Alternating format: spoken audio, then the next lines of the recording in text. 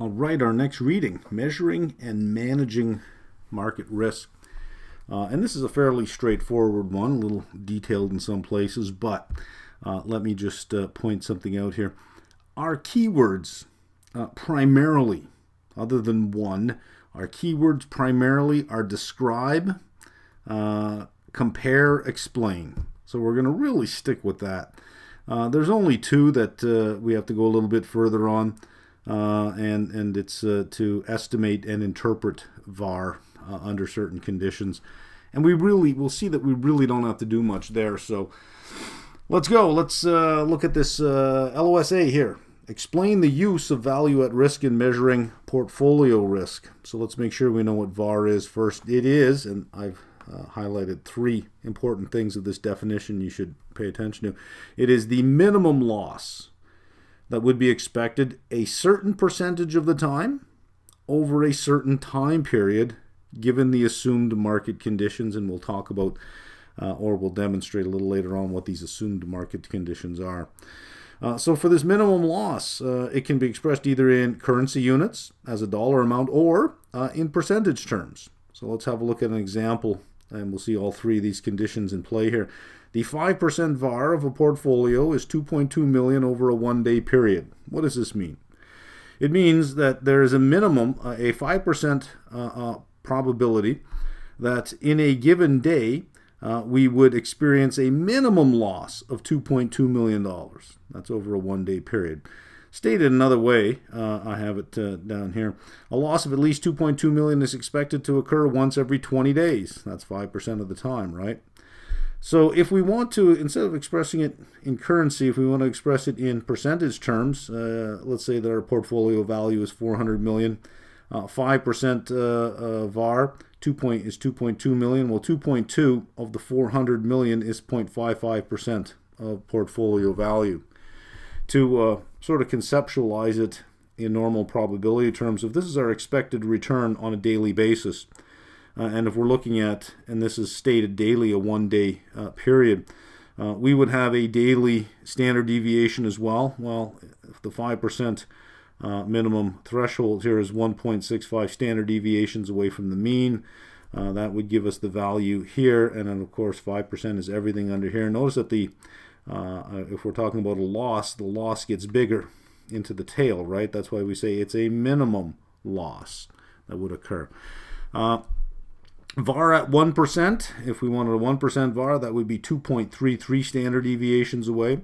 If we're stating VAR at 1 standard deviation, that's the same as saying a 16% VAR, because, as we know, that 1% standard deviation on either side encompasses 68% of the observations in the normal probability distribution, with 32% in the tail, so there'd be 16 here, and, of course, 16 there, right? The time period, we stated here one-day period. It could be a one-week period, 1 month, quarterly, could be annually if you have the historical data to support that, to support any of these.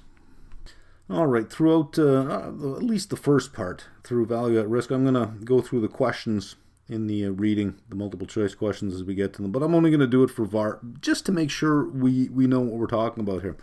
Number one, given a VAR of $12.5 million at 5% for 1 month, notice now this is 1 month, right? Which of the following statements is correct? So we should know what this means. We should know how to read that, right? A, there is a 5% chance of losing $12.5 million over 1 month. B, there is a 95% chance that the expected loss over the next month is less than $12.5 million. And C, the minimum loss that would be expected to occur over 1 month, 5% of the time, is $12.5 million. Well, this is the only one that states it in terms of the minimum loss. $12.5 million. How we would read this is there is a 5% chance that we would experience a minimum loss of $12.5 million over a 1 month period. And that's exactly what C is saying. There's your answer. Which of the following statements is not correct? We're looking for a false statement. A 1% VAR implies a downward move of 1%. No, that's not what that is saying. A 1% VAR implies a downward move of 2.33 standard deviations. by the way. It doesn't mean 1%, 2.33 standard deviation. So right away we know that that is not correct. We can select A, but let's just make sure B and C are correct. A 1 standard deviation downward move is equivalent to a 16% VAR. Yes, we've already mentioned that on the first screen. A 5% VAR implies a move of 1.65 standard deviations less than the expected value. Yes, there we go. All right, we're going to do B and C at the same time here. Keywords: compare, estimate, interpret. Heavy on the interpret. And of course, compare is there. Estimate, not too much. Only because we're going to use some really simplified examples. And if you are giving questions on VAR and asked to calculate anything, it will be most of the numbers will simply just be given to you, because there's no way that you can actually calculate it unless you're actually given the numbers. You wouldn't start from scratch. So let's have a look at estimating VAR. There are 3 methods to estimate VAR. I've got them down here in red: parametric method, historical simulation, and Monte Carlo simulation. We'll get to that shortly. But first, number 1, convert the set of holdings in the portfolio into a set of exposures to risk factors. Well, that's what we did in the last reading with multi-factor models. Is we determined what risk exposures we had in our portfolio. We could pick whatever multi-factor model we want, say, well, we have a number of different risk exposures. So that's the first thing we do, is a risk decomposition. Because if we're looking at for value at risk, we need a risk decomposition. It makes sense, right? Number 2, gather a data history for each of the risk factors in the VAR model, and we'll see that depending on which of these 3 methods we use, that'll be done slightly differently, especially for the first 2. The third one, not so much. And when I say not so much done differently, not so much done, the gathering of the data history. And then, of course, you just estimate VAR by whichever method that you're using. So throughout, let's use a really simplified example. We'll use a 2-asset portfolio. The portfolio value will be $150 million. And we're going to use 2 ETFs, SPY and LWC. SPY is an ETF that tracks the S&P 500, and LWC is an ETF that tracks the long-term corporate bond, a sector of the long-term corporate bond market. Well, these themselves are risk factors, right? So you have a fixed income a risk factor, you have your market risk factor, because it is the market. This is just selected in such a way that the assets themselves are the risk factors. It assumes the 2 securities are the risk factors themselves. And our portfolio will be weighted 80% towards equities and 20% towards bonds. I'll use the notation, subnotation S and L to mean SPY and L to mean LWC. All right, well, we've done step 1, which is to convert our holdings into a set of risk factors. And we saw that, well, just by the way that we selected the portfolio, the securities are the risk factors. The second one was to get a history on the risk factors, a price history or a return history on those factors. So we'll get a return history on each ETF, so we need a particular period of time. That period of time we call the look-back period. For here, we'll use July 2012 to June 2014. That's the look-back period. And we can compute the daily average return and standard deviation, then we can annualize it. So for SPY and LWC, this is the actual results over this period of time annualized. Now notice over here we do a subjective adjustment to both ETFs. We've seen this before when we come up with some numbers based on history, and then we ask ourselves, is that representative going forward? Judgment suggests these may not be representative going forward. The long-term expected return on the S&P 500 is 10.5% with a standard deviation of 20. Look at over this look-back period. You got 20% return, almost double, with half the volatility, 11.14. So if we use this going forward, because it has very low volatility, it would underestimate value at risk. And because we're starting with such a high expected return, we'd have to go very far into the tail with low volatility to realize any losses, so that our 5% or 1% value at risk would show that, wow, it's not that bad. We would be understating the risk. So we're going to say, well, let's go back to the 20. We look at the bond.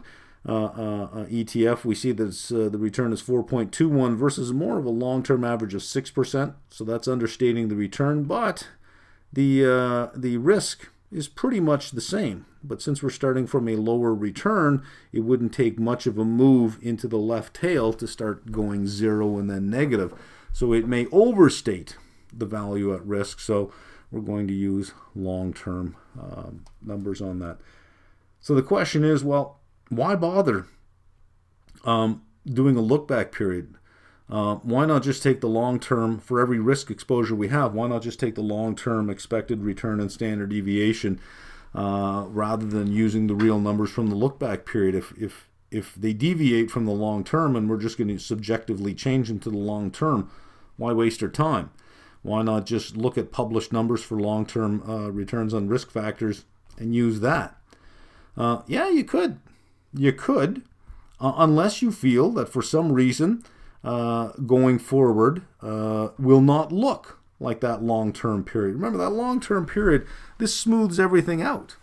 You may believe that there's going to be a deviation from that. Here is a clear deviation from that, but you think, well, because we had the deviation and because of mean revision, we should get back to this. Well, okay. But you can justify whatever you want if you have a firm basis for supporting it, sure. So let's look at this parametric method. Again, begins with risk decomposition of the portfolio holdings. We did that. We saw that we chose them in such a way that it would be easy. The parametric method assumes the return distributions for the risk factors are normal. It assumes that they are normal, otherwise we wouldn't be using things like expected return and standard deviation, right? So for each risk exposure that we have, for each risk factor, we need an expected return and a standard deviation. So to get the expected return on our portfolio, all we have to do is we have the expected return for SPY, we have the expected return for LWC, each of our risk factors, and we know the weightings for each of our risk factors. So to get the expected return on the portfolio, we remember this from level 1, right? It's just a weighted average of each of the respective returns, 0.096. And the standard deviation of the portfolio, we have the standard deviation of each of the risk factors, and we have the correlation between the two. I didn't mention it on the last screen, but I did write it down that the correlation between the two was negative 0.2. So there it is right there, negative 0.2. And if you put in the numbers and you solve, we'll get 0.157483. So now we have the expected return on the portfolio and the standard deviation of the portfolio. We arrived at that by first getting the standard deviation and the expected return of each of the risk factors and then determining what our weights were for the portfolio and building up from there. The return on the equity risk factor and on the bond risk factor, you recall, was 10.5%, 6.6%. Those are annual returns. So this 0.096 is an expected annual return. The inputs are based on annual returns. But if we want to measure VAR on a daily basis, you have to convert these annual returns into daily conversions here. So the expected return on the portfolio is 9.6 per year. Well, if there are 250 trading days in the year, just divided by 250, that's the daily expected return. And the standard deviation on the portfolio is the annual standard deviation divided by the root of 250. We get 0.009960. Once we're there, getting VAR is really easy to do. What we want, if we want the 5% VAR, we're over here. That is 1.65 standard deviations away from the mean. What's the mean? 0.000384 minus 1.65 times the standard deviation, and that'll give us a value here. And then if we multiply it by the value of the portfolio, we should have our value at risk, right? So it's the expected return on the portfolio, the mean, minus 1.65 times the standard deviation to get 5%. If we wanted 1%, that would be 2.33. Then we multiply that by negative 1. What's that negative 1 business? Well, VAR, value at risk, is normally stated as a positive number. So to make the math work out, rather than remembering to take the negative and just say it in a positive with a positive number in front of it, we just stick a negative 1 in there because whatever, since we're way in this tail over here, whatever's in the brackets here will be a negative number. So we multiplied this term by -1 to turn it positive, so this will be positive in here. Multiply by 150 million, we get 2,407,500. That's the minimum loss that could be expected at a 5% probability for one day. So for today, if this was the number in the morning, we got a 5% chance of seeing a minimum loss of 2.4 million. If you show up every day with that 5% chance, on average, once every 20 days, you would lose a minimum of that amount. Now, it's just a minimum. It says nothing about how much more it would be, but at least you'll lose at least that much in a given day. So earlier, we said the parametric method generally assumes the distribution of returns on the risk factors is normal, generally. That's not an absolute requirement. It typically is this way. It typically is that assumption. It's not an absolute requirement. You can have a different distribution. It just makes your work harder. That's all. We don't have to get into how much, what it does. That's not really required here. Our keywords here, remember, compare, estimate, interpret. Estimate, we're going to do it on a very naive estimation basis, really. And the big thing is to interpret what it means, right? The benefits, simple and straightforward. We've dealt with normal distributions before. Moving away from the mean on any normal distribution, we know is a certain number of standard deviations gets us to a certain percentage in the tails. That's easy to understand. The downside, the VAR is very sensitive to our estimates of expected return and standard deviation. And it's difficult to use if the portfolio contains options, because options have a nonlinear payoff, and that threatens normality. Let's go from parametric to historical simulation.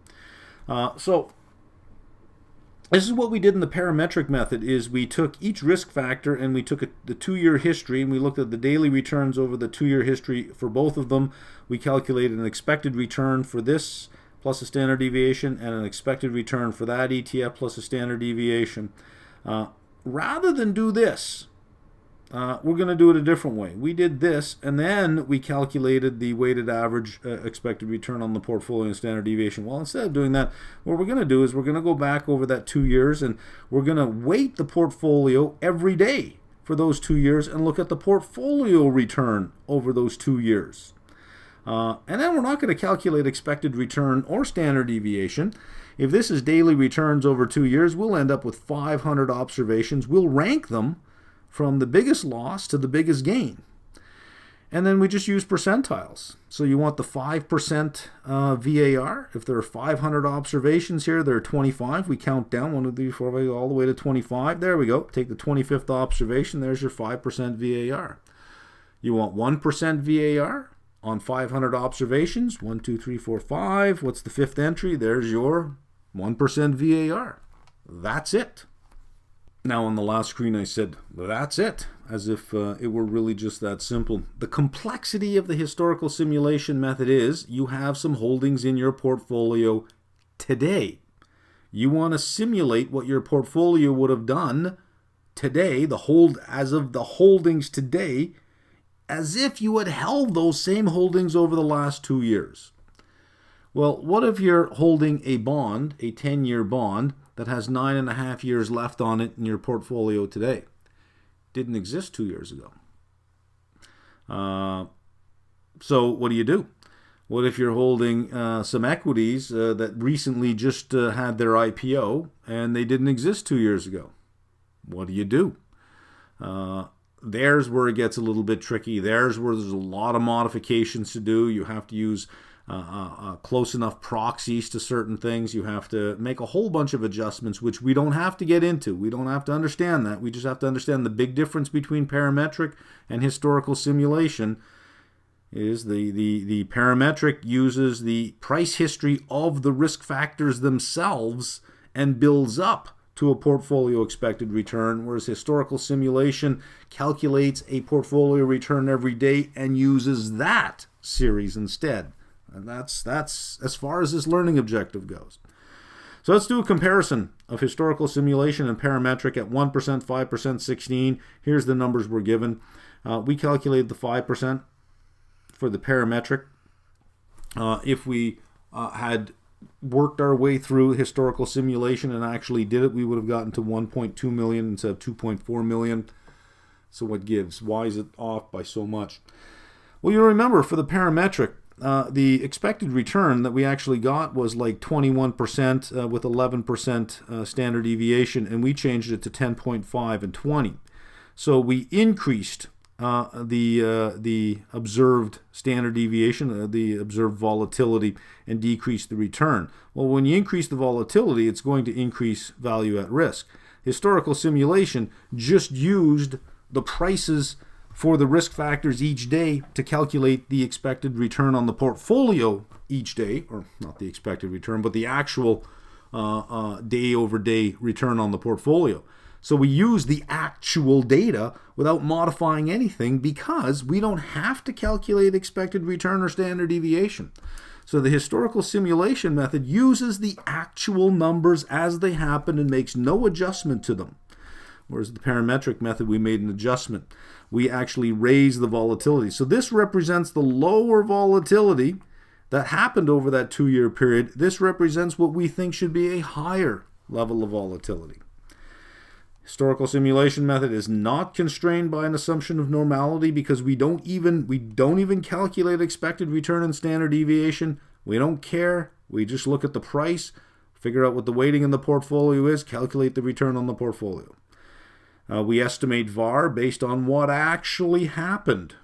Therefore, it can handle any kind of financial instrument, even options, but no guarantee that this will actually repeat again, right? In the parametric method, we actually made an adjustment because we said, look, this period of low volatility, maybe that's not going to happen going forward, right? Let's change it to its long-term norm. Let's look at Monte Carlo simulation. Kind of like historical simulation in that we're going to rank our output from the biggest loss to the biggest gain and just find the right percentile and just count down, and that's our value at risk. But Monte Carlo simulation doesn't rely on any historical numbers. All it relies on is a description of the return distributions. And it is not constrained by any distribution. We can tell it anything we want. It avoids the complexity of the parametric method when the portfolio has many risk factors. The portfolio we did had 2 risk factors, and each of the securities we held were complete risk factors.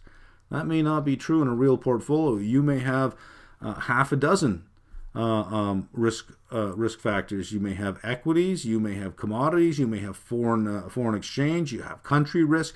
You can have a whole bunch of different risk exposures. So again, you'll set up you'll code all of your inputs and tell the simulator, the return distributions look like this, the other ones look like this. There's a correlation between the two that look like these things. Off we go, and it runs a simulation, and you rank your output, and then you just, like we did with historical simulation, if we want the 5%, and if there's 10,000 observations here, we want 5%, we count down 500, whatever entry is in the 500 slot. There's our 5% VAR.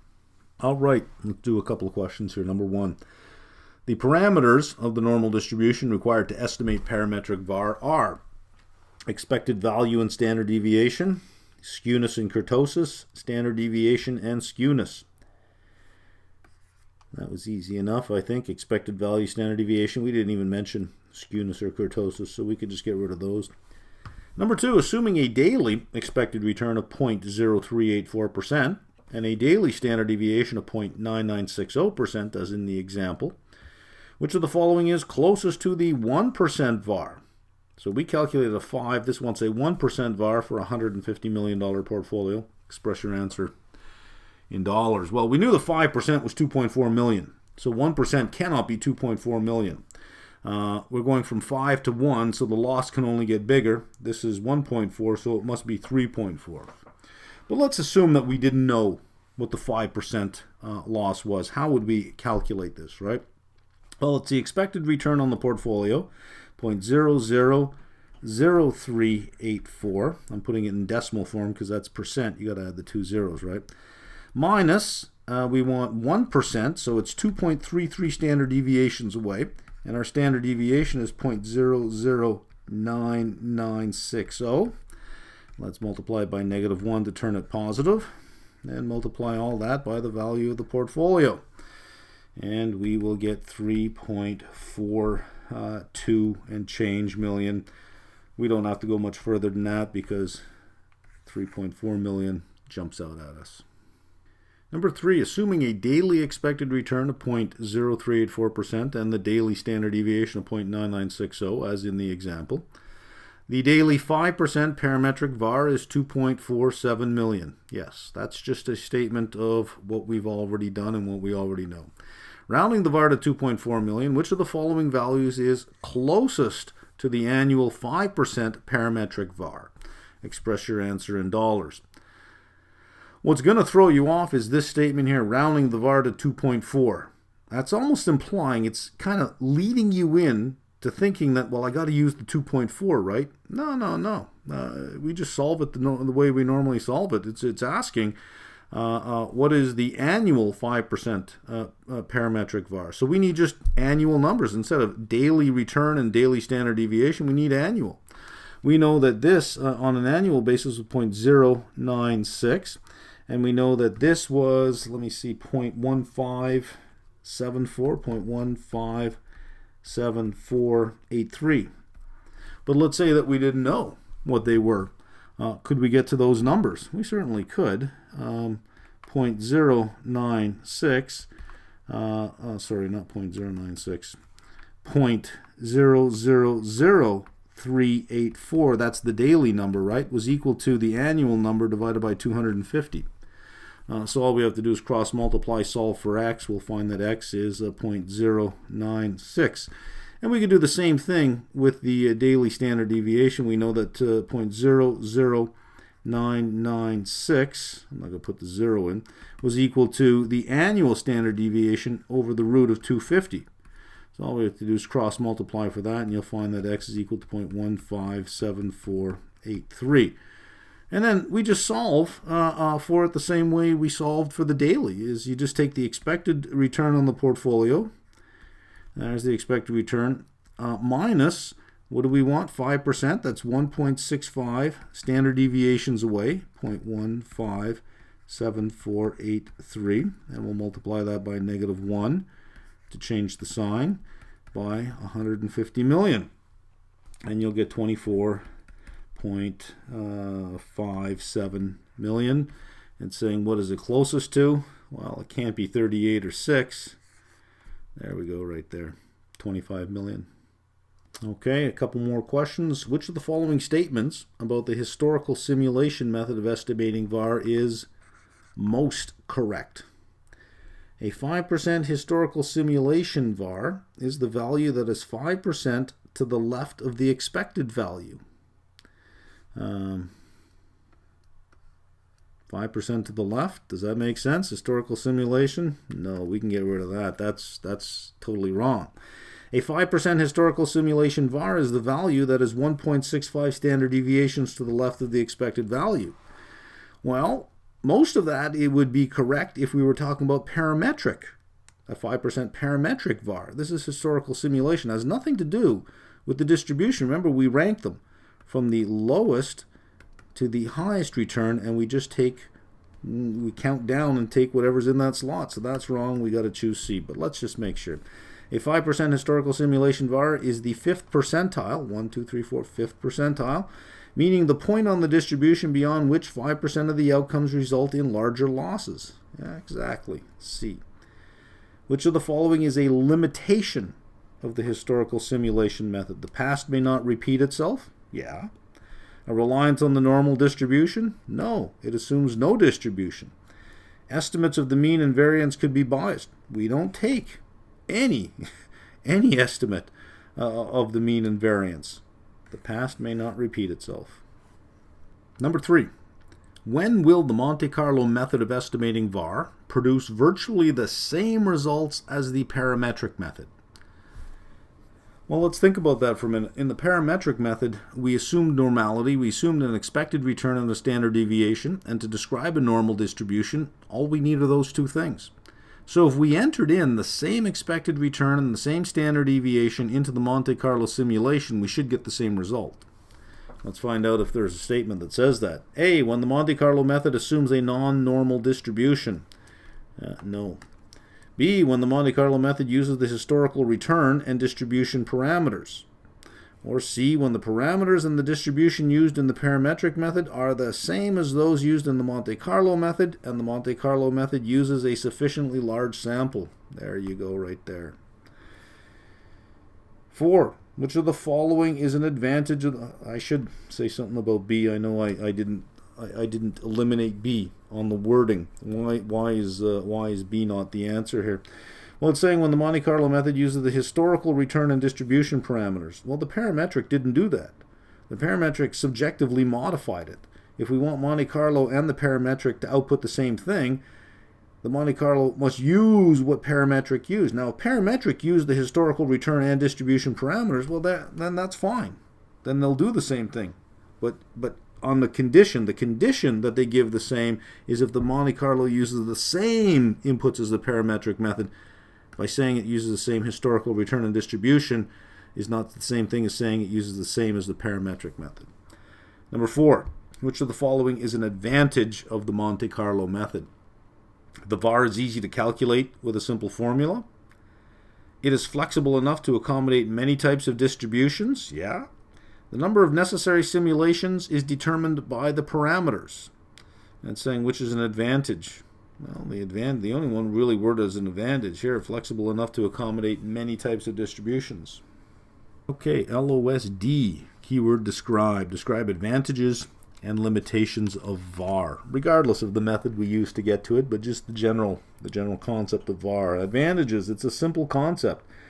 It's an easily communicated concept. Provides a basis for risk comparison across asset classes and across portfolios. Facilitates capital allocation decisions. We don't like the VAR? Well, then redistribute your holdings. Maybe lower your equity exposure, raise your bond exposure, whatever the case is, but it facilitates those decisions. Can be used for performance evaluation. VAR can serve as the basis for risk adjustments to performance. So when we talk about risk-adjusted performance, you can adjust it based on the VAR that the portfolio manager assumed on a daily basis. Reliability can be verified. You can backtest.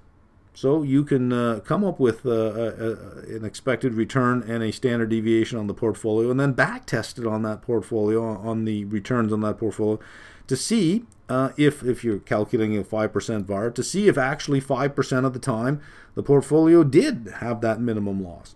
Widely accepted by regulators. Limitations, subjectivity. The VAR cutoff, 5%, 1%, 16%. The time period, whether you're using 1 day, 1 week, 1 month, 1 year. The estimation method. We saw in parametric method that we subjectively modified the historical return and standard deviation numbers that we got to match something that we thought would make sense going forward. Underestimating the frequency of extreme events, and this is a direct result of the over-reliance on the normal distribution, and a lot of work in finance has been done that shows that left tail events happen far more often than the normal distribution would say so. So if that's the case, and VAR is a left tail measure, and those events happen more often, well, aren't we really just underestimating what's really going to happen by relying too much on it? Continuing on with our limitations, a failure to take into account liquidity. So we may get to a number that says, well, 5% of the time there'd be a minimum loss of $3 million, let's say. But let's just say that under those conditions, when you hit that $3 million mark, and you say, well, maybe we should lower our exposure to risk this day, you might find that, hang on, there's a cost to getting out of things. Well, VAR doesn't reflect that issue. Sensitivity to correlation risk. We left the correlation in the VAR VAR Pro to get to when we calculated the variance on the portfolio. We used a particular correlation measure, but in times of market stress, those correlations increase, which means that minimum loss really is a minimum. The loss could be so much greater than that. In times of market stress, correlations among all assets tend to rise. Vulnerability to trending or volatility regimes. A portfolio may remain under its VAR limit every day, but just under it. So let's say that you have a $2.5 million 5% VAR per day, and every day you lose $2.4 million. Well, it never triggers that VAR, that threshold. You've never once exceeded it, so you think, well, we're well within our parameters. We've never exceeded it. But you're so close to it every single day, 2.4, so it adds up, right? Those losses would accumulate. Misunderstanding of the meaning of VAR. That's why we took some time at the beginning to explain it is a minimum loss. That does not mean it's the loss you can expect. It's a minimum you can expect. Oversimplification and disregard of right tail events. Right tail events now, you're thinking, well, who cares about right tail events, right? This is what we want. We want those right tail events. But it's a limitation. VAR only pays attention to this. It does not pay attention to what your opportunities could be. So if you focus too much on your VAR, let's say that you have a 5% VAR of 3 million, or let's even go to a 1% VAR on 3 million on a daily basis. That means once out of every 100 days you might lose $3 million. That's the distribution. But you have a distribution such that your right tail events are significantly higher. So that this 3 million seen in context of, well, but we make so much, that doesn't really account for very much of what we could make. If you start managing this, you might actually pull in this right tail as well. All right, our next LOSE, keyword describe extensions of VAR. First one, conditional VAR, CVAR. And it's not really a value at risk measure. It relies on a particular value at risk measure. Then it says, okay, that's the condition. So what I'm going to do is I'm going to take every loss that could be greater than that, and I'm going to find the average of it. So it's just the average loss. Conditional on VAR being greater than the cutoff. And how do we get this average loss? Well, typically by back testing. So we'll back test it for 2 years, and we'll look at every instance where VAR was greater than the cutoff. And add them all up and take an average, and that'll be the average loss. Because remember, VAR is a minimum. So if that's the minimum, well, what's the average loss that could happen? VAR, again, minimum loss at a certain confidence. Average loss is how much can I expect to lose if VAR is exceeded, which is why it's called conditional VAR. Also known as expected tail loss or expected shortfall. Incremental VAR, IVAR. How VAR will change if a position size is changed relative to the remaining position. So let's take an example. Here's what we had. SPY and LWC weighted 80 and 20. We found the 5% VAR at 2.4 million. But what if we wanted to weight SPY at 90%? What would be the incremental VAR? So all we do is we say, well, let's recalculate everything with a 90% weighting and 10% on LWC. Calculate the 5% VAR with this, we get to 2.73 million. So incremental VAR is just the difference between the two, is 326,000. So if we just wanted to change our weighting from 80 to 90, the incremental VAR of that would be 326. And that would make sense because we're increasing our exposure to the riskier asset. Next is marginal VAR, kind of like incremental VAR. But we can think of marginal VAR as how value at risk changes for a 1 unit change in something. Conceptually similar to IVAR, but reflects the effect of a very small change in the position. So we might have a bunch of risk profiles, and we might say, well, what's the marginal VAR of each of them? So if this risk exposure changed by 1 unit, however you want to manage 1 unit, whether it be $1, whether it be 1%, whether it be you measure units in $1,000, however it is, but a 1 unit change in each of them without determining what the new position size would be. It's just an incremental, just a marginal VAR. And relative VAR, or what's called ex ante tracking error, the degree to which the performance of a given portfolio might deviate from its benchmarks. So what we do is we look at our portfolio holdings, and from our portfolio holdings, well, actually, let me describe it better than that, is you would imagine a portfolio that would hold all of your holdings and then you take the benchmark, and this imagined portfolio would take all the benchmark holdings as short positions in the same portfolio. So in your portfolio, let's say that you were long 1,000 shares of SPY, but the benchmark was only long 900 shares of SPY. The imagined portfolio would be long 100 shares of SPY because all of the benchmark holdings would enter as a short position into the portfolio.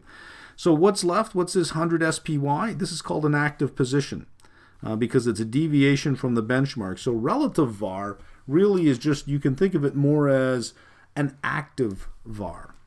Right, with VAR wrapped up, let's move on to the next learning objective. And we're going to do 4 at the same time, LOS, F, G, H, I.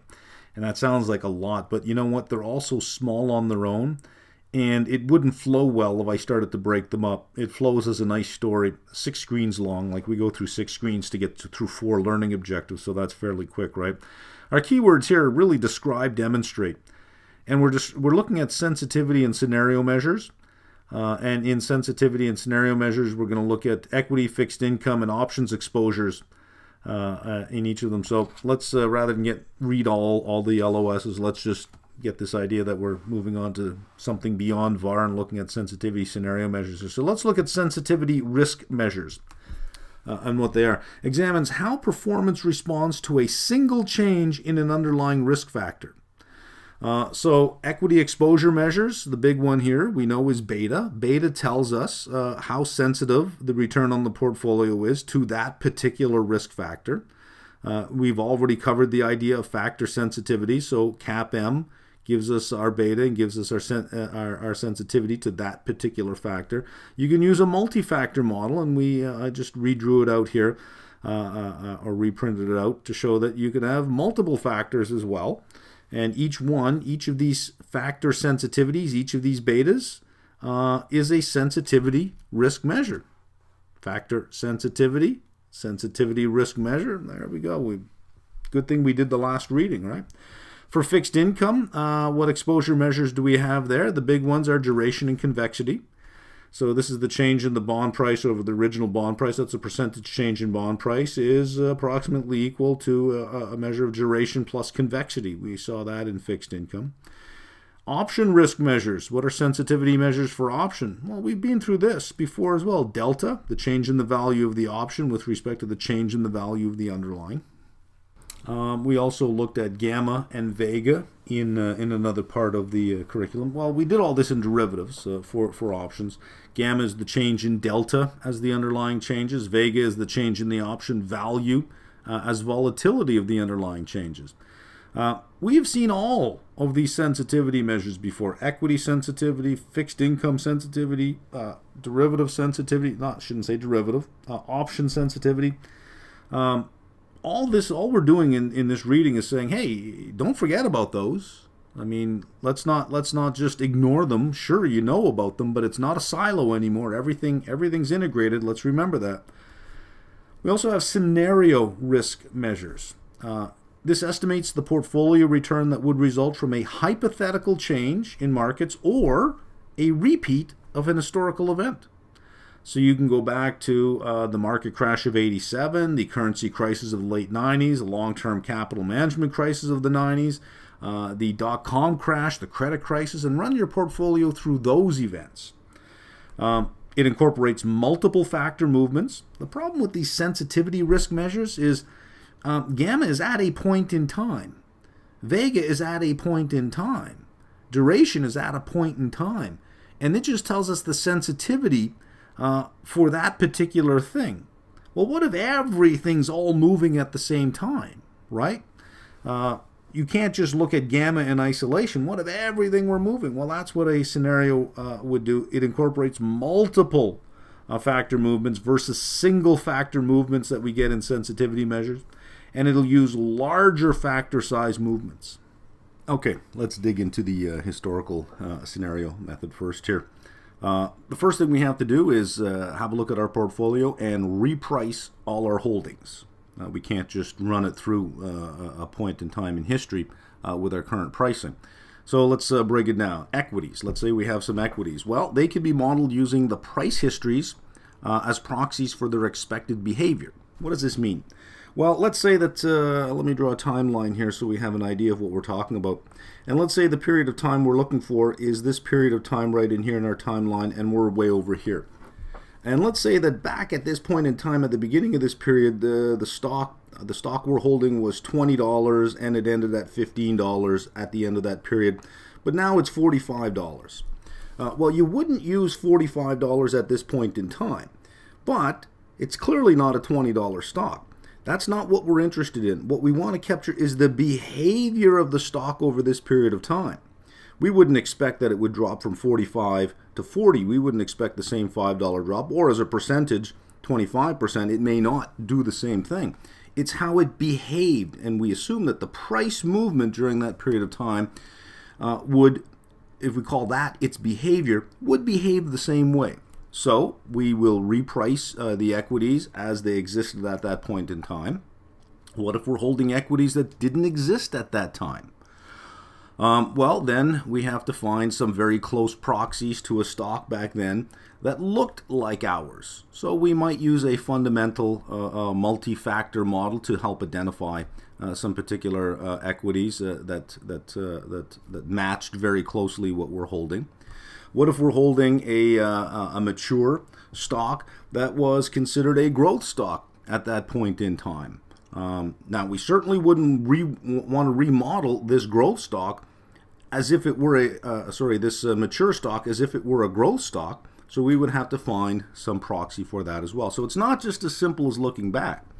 Fixed income and derivatives, they get a little bit trickier. So let's do that timeline again. And let's say that we have two bonds. Let's say this was the year 2000. Here's the year 2030. Here's the financial crisis. Here's where we are. And let's say we bought two bonds. Let's say we bought a bond in 2000, a 30-year bond. So in the financial crisis, it had 22 years left. It was a 22-year bond. As of now, it's a 13-year bond. And let's say that we also bought a 10-year bond 5 years ago. So in 2012, we bought a 10-year bond, so it has 5 years left. Here's the two problems. For the 10-year bond, it didn't exist during the financial crisis. So how do we model that? It had no price history. The 30-year bond does have price history over that period of time, but it had price history when it was a 22-year bond, not when it was a 13-year bond. So it's going to behave differently as a 22-year bond than it would as a 13-year bond. So you have to take all of your fixed incomes and take the current age of your fixed incomes, go back in time and say, let's reprice them with the current age they are now, but with the inputs that existed at that time. What were interest rates at that time? What were credit spreads at that time? And we'll reprice them based on the inputs to the valuation model that existed here, but using the length of their life at this point in time. So I make the points may not have the relevant price history and must be revalued based on what the inputs to a valuation model were historically. And they're repriced under the conditions that prevailed during the scenario period. So we may be at this point in time in a low interest rate, low volatility environment. But before the credit crisis, you recall the Fed had interest rates set, I think at the short-term rate was 5.25. That seems so far away, doesn't it? When we say 5.25, because it's been going on 9 years now that we've been 0.25, 0.5% around the world, under 1% on interest rates in developed countries. To think back that it wasn't that long ago where interest rates were 5.25 at the short end. 5.25. Well, so you got to reprice all of your bonds using those inputs. The scenario period for historical scenarios is chosen to represent extreme market dislocations, often exhibit abnormally high correlations among asset classes as well. So when we're going back in time and looking at the correlations among the asset classes, they may not be the same as they are today. Okay, just a point on that. On the last screen, I made a point about the correlations being different. I should have been more clear. You don't have to model the correlations. You don't have to input what the correlations were between assets, because you're repricing everything and using either historical prices that existed at that time or using current securities with their current lives and repricing them based on the inputs that existed at that time. The price action on all the securities that you have will capture all the correlations. The point that was being made is that you should expect over that period of time that the correlations will increase over that stress period than what the correlations are today. All right. So what do we do now? Well, the scenario is run as if the whole thing happened instantaneously. So let's say that there was a period of 9 months over which the crisis played out that you were running. You wouldn't run it day by day by day by day and look at the effects and analyze that. You would just say, well, let's go from beginning to end. From the beginning of the period to the end of the period, let's just run it all as one event. So then the scenario is run as if the total price action across the whole scenario period happened instantaneously, because we're looking for what's a worst case scenario. Certainly management can step in and take care of things along the way. You're not going to run 9 months in a crisis and not do any kind of rebalancing or any reallocations. You are, but that's not the point of this. The point is to see, can you survive that event? Can your portfolio survive that event unmanaged? So you're going to look at your total return. How bad did you do? You're going to look at your total return versus your benchmark. Here, hopefully, how well did you do? Hopefully you can survive a crisis better than the benchmark. Also, you're going to see what kind of extra collateral or cash requirements arose as a result of the scenario, especially for leveraged portfolios with derivatives. You could hit margin calls.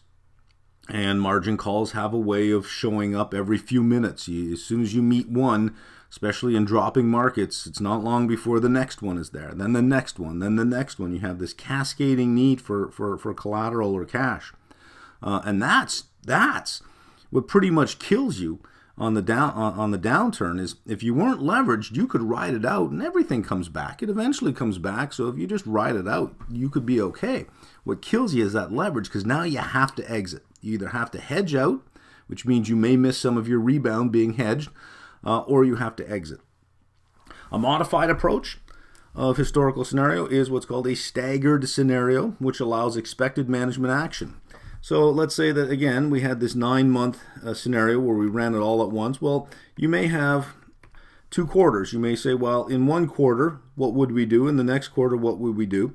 And you'd look at the output from running it all at one time versus what actions would we take and what would be the result. Would the actions make it worse or would the actions make it better? Here's a thing when you get into crisis sometimes, is what you think will work as a hedging tool sometimes stops working as a hedging tool. So you may think you're hedged, then a crisis hits, and you realize that the 2 legs of your hedge aren't offsetting each other, but are adding to your problem. They're actually making things worse as opposed to making things better. Your position's moving away from you, but your hedge is moving away from you as well. This is not too popular. The idea here, again, is just to see, can a portfolio survive that kind of impact? Hypothetical scenarios, kind of like historical scenarios, but they are imagined. They have never been experienced. The reason you would have something like this is just a bit of logic. Says, look, yeah, you have events in history you could look at, but they don't repeat. You're never going to get the same thing to happen again, and every crisis starts in a different place. To have the same thing happen the same way and unfold the same way, that's pretty much not going to happen. So these hypothetical scenarios allow you to come up with imagined scenarios, but have not yet been experienced. All right, so here's how we would proceed. We would identify the portfolio's most significant exposures, typically the top 10, and then we would apply a reverse stress test to that. So what is this reverse stress test business? Well, if we're going to do a stress test, what we do is we identify an event, and then we apply that event to our portfolio to see what happens to our exposures. In this particular situation, we start, let me just write that exposure in. In this particular situation, reverse stress test, instead of going from the event to the exposure and seeing what happens, we start from the exposure and we imagine an event that would change it. And what we're trying to do is, of the top 10 exposures, we're trying to imagine an event that would stress all of them at the same time. So I draw it out a little better for you here. Stress test, we have an event. We look at the effect on the factor risks, which will then give us an effect on the portfolio. for a reverse stress test. We identify our factor risks. From there, we come up with some imagined events, and then we look at the effect on the portfolio. So these imagined events answer questions like, what would increase the riskiness of the risk factors? All of them. We may also design a rare but not impossible scenario, an earthquake, war, a banking collapse. How would we handle that? The goal is to understand the risks, not to eliminate them. Because if you have a portfolio that has no stresses, that when you run it through an event, nothing stresses, it's likely that it's going to return little more than the risk-free rate. Because you've taken no risk, there'll be no opportunity. So in doing all of these stress tests, you're not looking to say, okay, well, let's get rid of this, let's get rid of that. You're just saying, I just want to understand what's going to happen so that I'm prepared. If leverage is used, you may use a single factor stress test to assess if a given exposure is likely to impair your capital.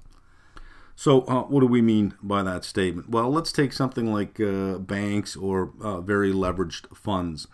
The big problem that they run into is, what's the point of stressing all of your stress factors when one of them can cause a liquidity event? And if that happens, then it's over.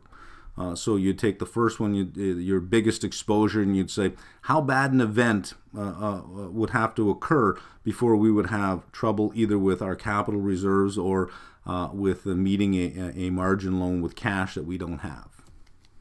Well, let's compare sensitivity and scenario measures to VaR. Value at risk gives us a measure of losses or expected losses in typical conditions on a going forward basis. And the probability of large losses. Sensitivity or scenario measures don't quite do that.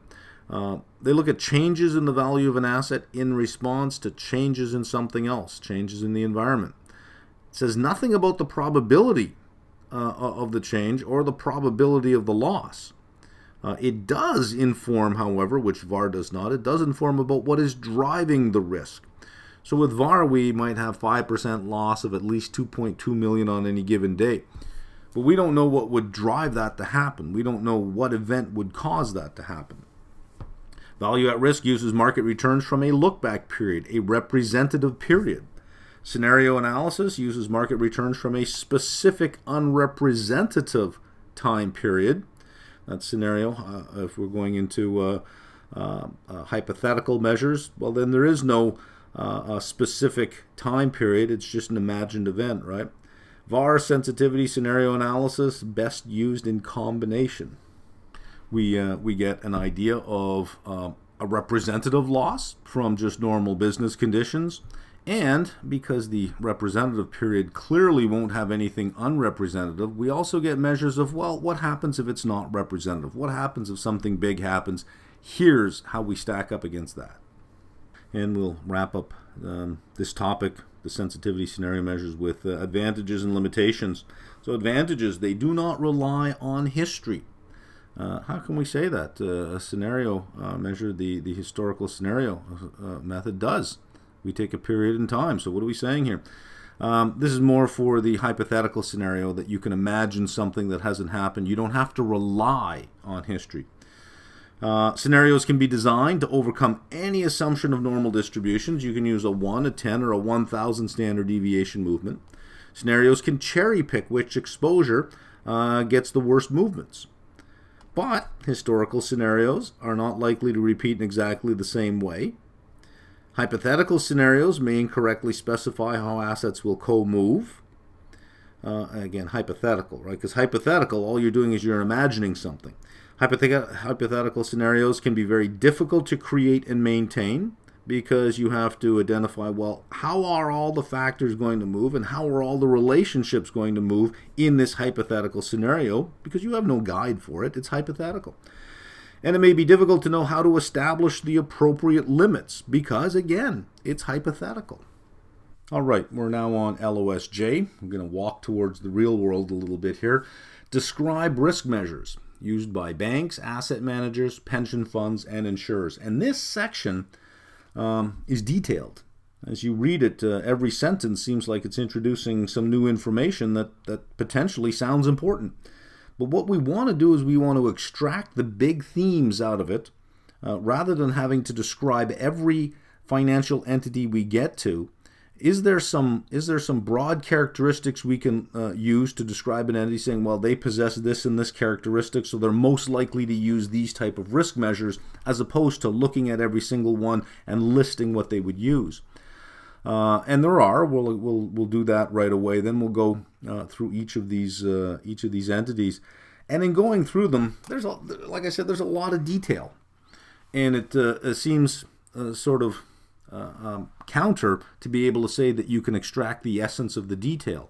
Isn't the essence of the detail itself? Isn't that the point? Shouldn't you be giving me all the detail? Well, to do that, I'd simply just be reading the book to you, sitting by a fireside with a camera and reading to you, dramatically reading it to you, but still reading it to you, right? So you may want to read this section on your own. There is a lot of detail if you're interested in some of these other entities that I'm going to leave out. I'm just looking for the big themes here. So 3 factors influence the type of risk measures that are used. The degree of leverage that is used. Here, you're going to focus more on the assessment of minimum capitalization or maximum leverage ratios. If you have a high degree of leverage, stress tests, potential loss measures over very short periods of time will give you our risk measures you would look at. Number 2, the mix of risk factor exposures. Equity, fixed income, options, you're going to look at what mix you have. If you're really just one, let's say you're a large cap asset manager, long only and semi-active. Well, you only have one risk exposure. It'll focus more on just that one. So the mix of risk factor exposures, well, then that dictates what sort of measures you're going to need, right? And finally, the accounting and regulatory requirements. For instance, fair value versus book value. Mutual funds, held for sale investments, especially on banks, have to be listed at fair value. So for that, you're going to look at measures of value at risk, economic capital, duration, beta, which all rely on changes in fair value. So economic capital we haven't gotten to yet, so I give you a little definition on the side. It's the amount of capital a firm needs to hold if it is to survive severe losses from the risks of its business. And if you rely more on book value accounting and book value presentation, your asset liability gap models, and we'll talk a little bit more about those shortly. All right, let's look at banks and look at some of the measures they would look at. I've written them down in blue. Liquidity gaps, value at risk, leverage, sensitivities, economic capital, scenario analysis, and I give you some of the narration that comes in the reading. So we'll go over it quickly because it's really just narration. And it's all pretty self-explanatory. Liquidity gap, the extent of any liquidity and asset or liability mismatch. For value at risk, for the held for sale or trading portion of the balance sheet. Leverage, weight assets by risk. The riskier assets are assigned a greater weight, then you divide by equity. So you wouldn't just take your total assets and divide it by equity. You take your total assets weighted by risk, again, pointing out that the riskier assets are assigned more weight so that your numerator can potentially be greater than your total assets, and then you divide by equity. More equity is required to support riskier assets. Sensitivities, this is for the held for sale portion of the balance sheet. And sensitivities would be things like duration, key rate duration, partial duration for any interest rate portion, any forex exposure, commodity exposure, equity exposure. You'd want sensitivities to each of those. Delta, gamma, vega for options. We've talked about sensitivities quite a bit. Economic capital. This is applied to the full balance sheet. It blends market, credit, and operational risks. Total loss at high level of confidence over a 1-year period, let's say like 99.9%. Scenario analysis, stress tests applied to the whole balance sheet, assess capital sufficiency. So you see banks have quite a few measures that they go through. All right, let's look at asset managers. They're not regulated like banks are in terms of capital reserves or liquidity requirements. Their risk management measures will focus more on volatility, the probability of loss, the probability of underperforming a benchmark. We'll look at 2 types of asset managers, your traditional long-only asset managers with very little low or no leverage, and then we'll look at hedge funds. So traditional asset managers, they use little, low, or no leverage. Risk measures would include what we have down here: position limits, sensitivities, beta sensitivity, liquidity, scenario analysis, active share. Let's go through each of them. A position limit. Position limits on country, currency, sector, asset class, all measured as a percentage of portfolio value. Do any of your positions exceed these position limits? Sensitivities. We've talked about all the sensitivities before. Beta sensitivity for equity-only accounts. Liquidity, percentage of the average daily volume per security that you hold, would be a measure of the of potential liquidity or the need for liquidity. So if you hold a position that represents 110% of the average daily volume versus another position, let's say in a small cap with very low daily trading volume, where suddenly you own 900% of the average daily volume. Well, that one's going to be very difficult to get out of. So you have a potential liquidity problem there. Potential. Scenario analysis, active share. This is the measure of the percentage of the portfolio that differs from the benchmark. What percentage differs from your benchmark? Continuing on with traditional asset managers, redemption risk. This is more for open-ended funds. Ex post versus ex ante tracking error. Ex post tracking error, we know, is the return on the portfolio minus the return on the benchmark, and it's historical. Ex ante tracking error assesses the potential tracking error based on current portfolio versus benchmark, based on wherever the current portfolio is versus what the benchmark is in terms of the holdings. Value at risk, more for absolute return strategies. Hedge funds, well, they use leverage, so let's see what changes here. Sensitivities, gross exposure, leverage, value at risk scenarios. Sensitivities, again, the full range. Gross exposure, what is this? Well, you may have especially for long short funds or market neutral funds, typically they'll have long positions and short positions. So they may be neutral, net short, net long. So you'd look at your long exposure, your short exposure, and your gross exposure. So long exposure is your longs minus shorts. Short exposure is short minus long. If you're balanced, your long exposure would be 0, your short exposure would be 0. And your gross exposure, where you take the absolute value of your longs plus the absolute value of your short exposures, and you look at that's called a gross exposure. So just to give you an example, let's say that you're long $1 million and you're short 500,000. Well, you're net long 500,000. If it were reversed and you had $1 million here and 500 here, you are net short 500. But under both scenarios, your gross position is 1.5 million. You simply add the two together. Why would you do something like this? Well, the idea is in a hedge fund, perhaps your short positions are hedging your long positions, but in times of market stress, sometimes your hedges just stop working and actually work against you. So you'd want to know what your gross position is, because it could potentially all work against you. Leverage doesn't need to be spoken of. We pretty much know what leverage measures are. Value at risk, at high confidence intervals over 90%, and over short time periods and scenarios. Specific risk, whatever specific risk you may have, stress test those specific risks. All right, still on the hedge funds here. Another risk measure is something called drawdown, and this is just a number of what the worst returning month was, or the worst returning quarter, or a worse peak to trough decline.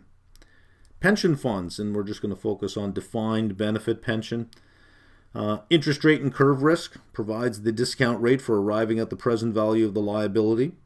So what would make the liability bigger? What would make the pension obligation worse? Interest rates dropping, because if rates are dropping, your discount rate is dropping. If your discount rate is dropping, the present value of those obligations is higher. Suddenly we have a problem. So with rising interest rates, the present value of pension obligations actually gets lower. Surplus at risk. Assets, long positions, liabilities as short fixed income positions, and measure how much assets might underperform the liabilities. So pension funds, as we know, because they're regulated, cannot take short positions. Pension funds are long only funds. They can't use leverage. Well, I shouldn't say they can't use leverage. They're highly regulated on the type of leverage they can use. Typically, they have to hold a position basically paid with cash, so no margin. Let's say that. Very limited derivative use and long-only positions. So a pension fund's assets are pretty much all in long positions, but you can model the portfolio using the liabilities. Now, the liabilities are the future payments they have to make. You can model them as short fixed income positions and look at the portfolio together and then measure how much assets might underperform the liabilities over the year. If some threshold level is surpassed, changes may be made to asset allocations. This is called liability-driven investing, where you invest to meet these liabilities, that your choices, your asset allocation is driven by meeting these. So if you're going to underperform, if your assets are going to underperform, you're going to have to reallocate some of those assets. So if there are going to be changes in the asset allocation, it may not be the case that it could be done all at one time, because funds take a very long-term view of assets and are not too worried about short-term or day-to-day liquidity. They take a long-term view. So some of the assets they may be in may not lend themselves well to reallocation or rebalancing in the near term. So you have to have a measure of how long it takes to change allocations. That's something called a glide path. Multi-year stages to change a portfolio from a current state to a target state.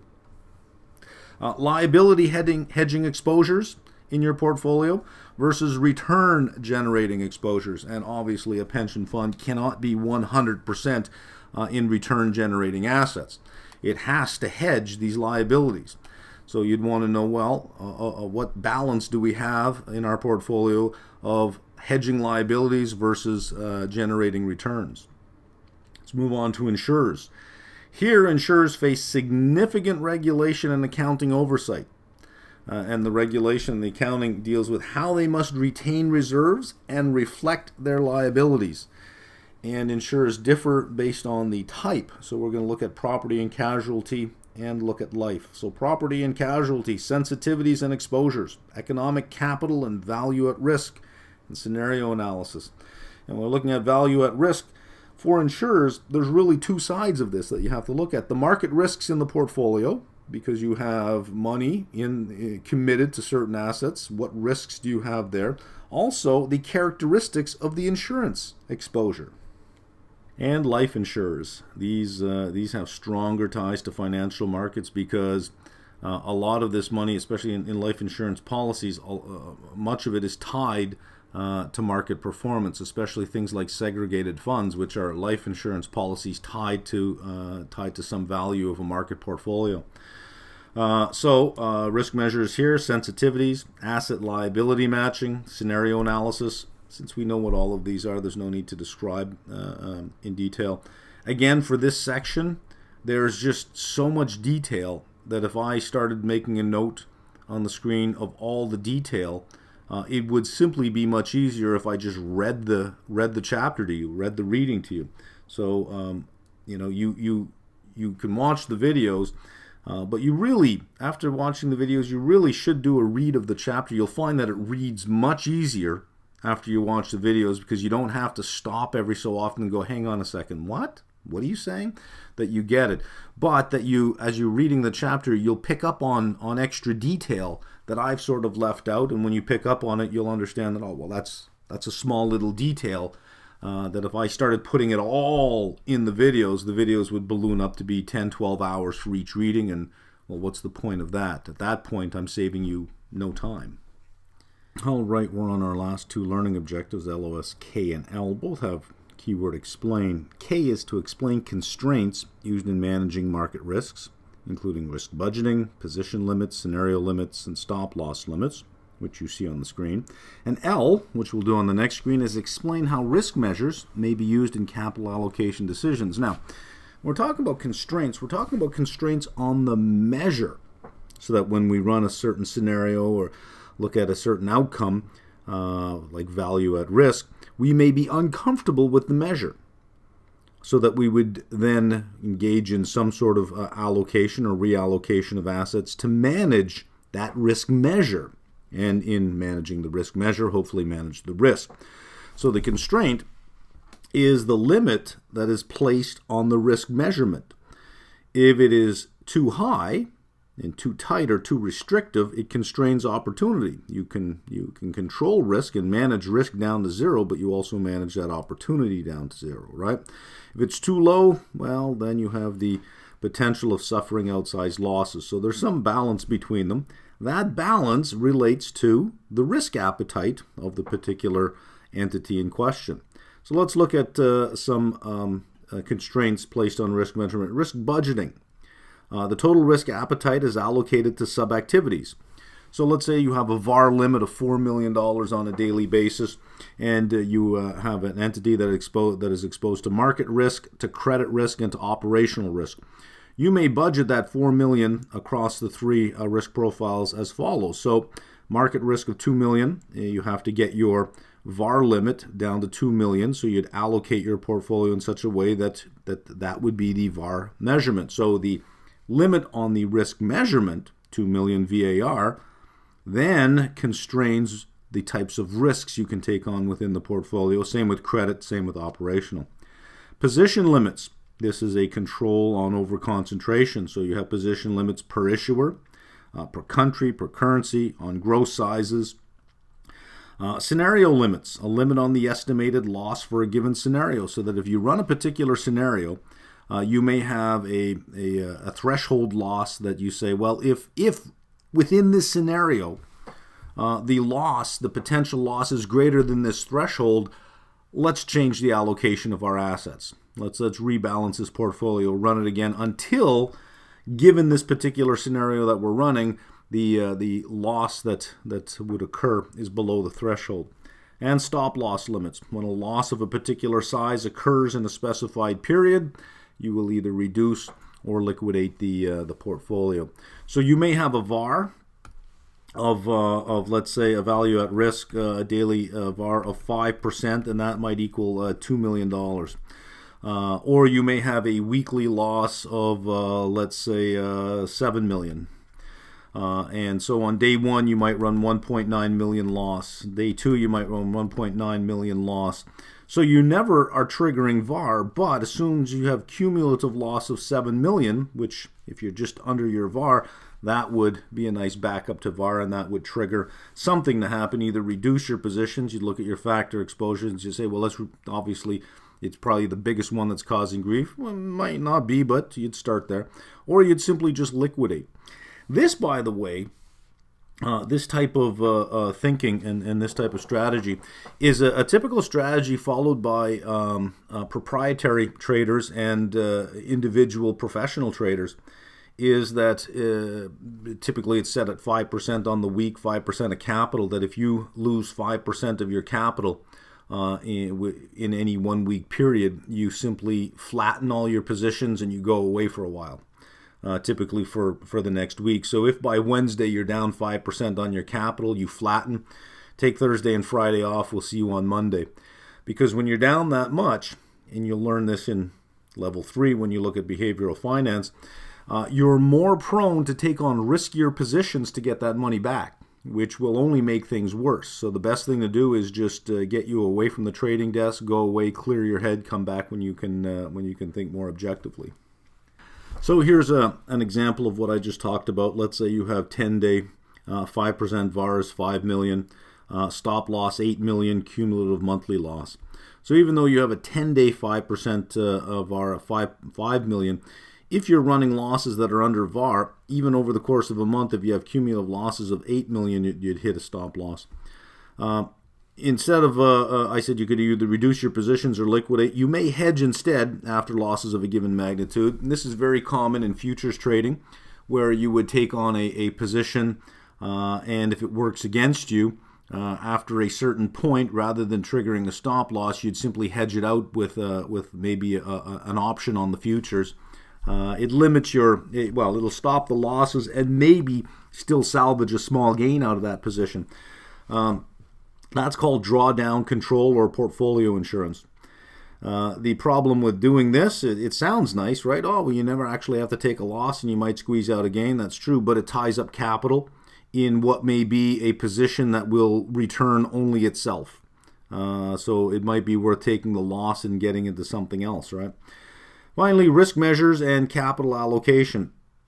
Here you'll start with a measurement of economic capital. That's a capital needed to survive a severe loss. And some minimum level will be established. That defines the risk appetite in economic capital terms. That is then subdivided among either your units, portfolios, your asset classes, whatever the case is.